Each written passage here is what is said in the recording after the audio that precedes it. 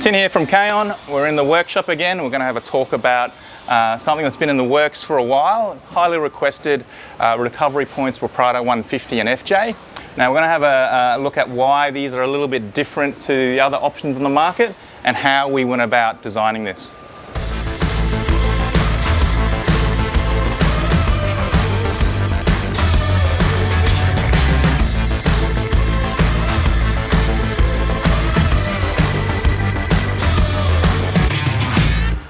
Okay, you've got a four-wheel drive and you want to hit the tracks, and it might be planned, it might not be, but you might come to a situation where you need to recover your vehicle.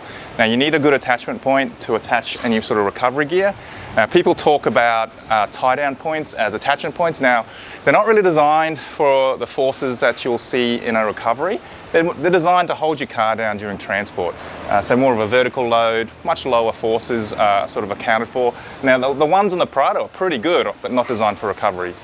What you see here is a typical recovery point you can get for the Prado. Now the concept is sound, where you're wanting to create an attachment point that you can attach recovery gear to easily, and you want to transfer those loads to some good mounting points in the chassis. Now this one here attaches to a good mounting point on the bottom and one on the chassis at the back there, allowing you to transfer the loads back to the chassis so that you don't damage your vehicle. However, this style of recovery point does have its shortcomings. So we can't always have a perfect situation where you have an ideal recovery with a straight pull.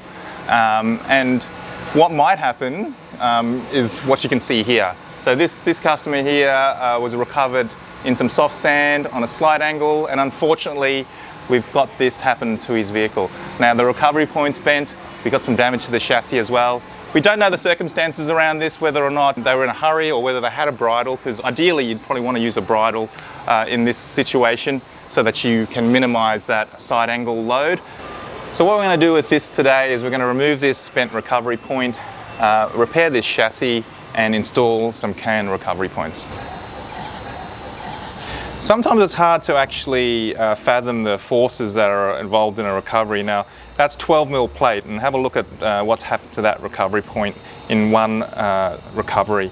So that's supposed to be straight. That's a nice twist.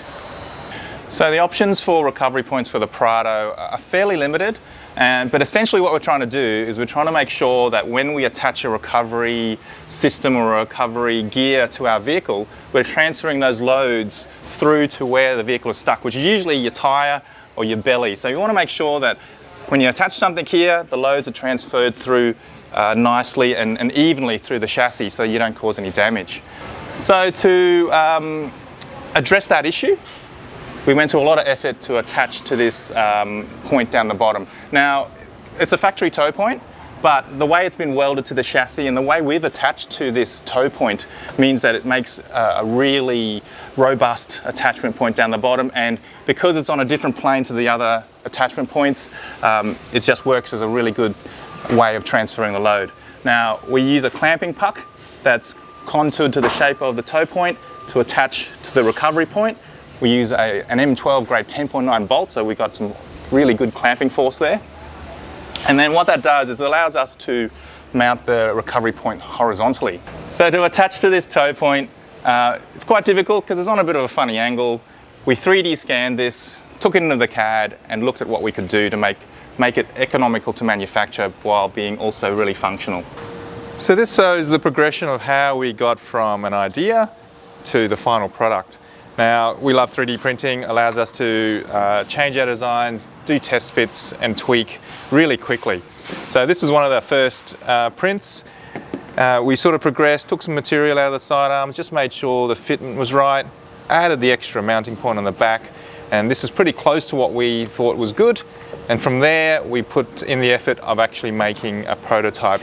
Now, this is our master point that we use to create our jigs and fixtures. We made a few extra to send away for testing as well, and this is the final result, powder coated and machined. This little cutout here, it was really important that we got this right.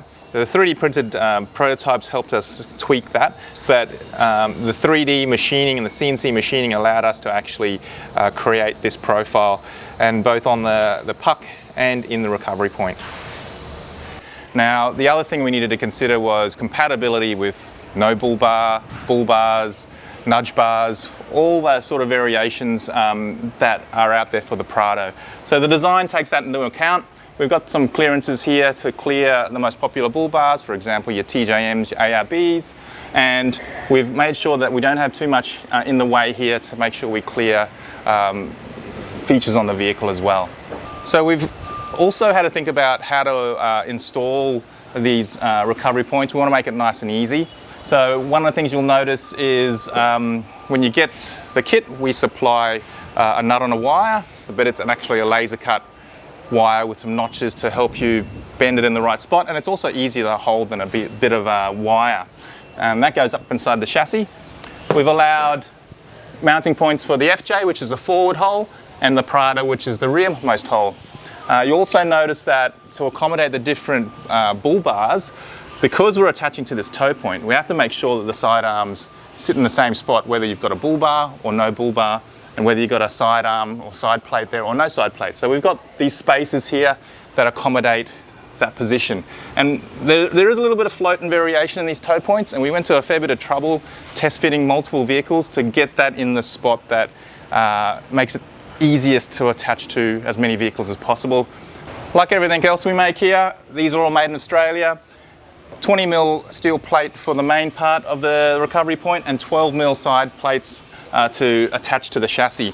Now we put this big opening here for soft shackles, and also the other reason why we go to the thicker plate there is so we can put the large 5mm radius on there. Makes it nice and friendly for your soft shackles. So that's a soft shackle there.